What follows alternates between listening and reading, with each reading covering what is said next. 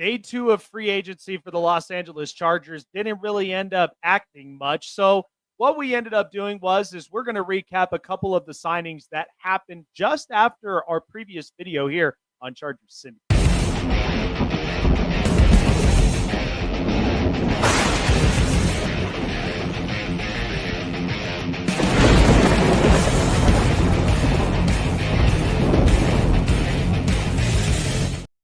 What's up, Bolt fam? How's it going? Jake Silva here on Chargers Syndicate, giving you everything LA Chargers news and more. If it is your first time here on the channel, I encourage you guys to like, subscribe, hit the bell button, keep you up to date on future and past videos. As this video is brought to you by Green Gridiron, guys.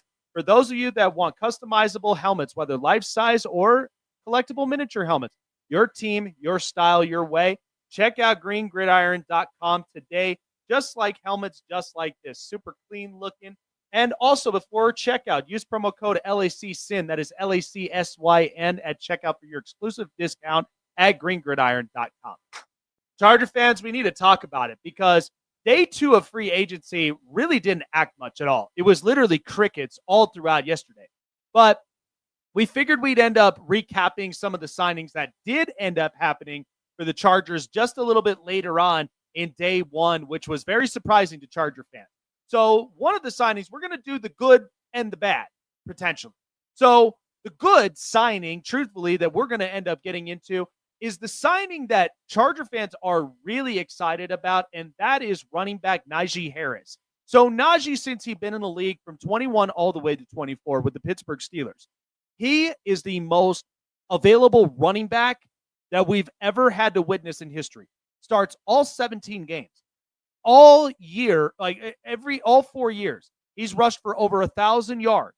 And this past season, he had 263 carries for over 1,043 yards with 6 rushing touchdowns and averaging 4 yards a carry. Now, the only thing that does scare Charger fans is the fact that Najee Harris is more of the workload type of running back. He's the kind that sheds off tackles. He's the kind that really is the quote-unquote bell cow of what the Chargers have been looking for, especially with Jim Harbaugh's, physical running offense. This is a guy that I think really can work out well with the Chargers. And the best benefit of this, they signed him to 1 year, $9.25 million. What a guaranteed steal that was. If it was a multi-year, we probably would have felt some type of way, truthfully.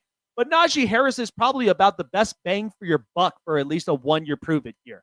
And to me, if he ends up acting up really, really well, like let's say if he was to get into his rookie season like he did with the Pittsburgh Steelers and average 1,200 yards rushing and maybe end up adding the total of maybe 11 rushing touchdowns, boy, would that be an interesting year.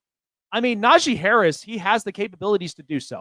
He's the kind of runner that could shed off tackles. He's the kind of runner that fights for every yard. Now, of course, the alarming part is he was averaging about close to 3.6 yards a carry, which could be accounted for. Maybe the offensive line wasn't as great. Maybe, the offensive play scheme wasn't exactly the fit for someone like Najee Harris. So you bring him in to a Jim Harbaugh-style offense where it's ground and pound, and you fight for every single yard. I think Najee Harris would definitely benefit well with the Chargers from here. And for 1 year, 9.25, man, you can't ask for more than that. I think I absolutely think that this was a very, very, very good steal for the Chargers moving forward.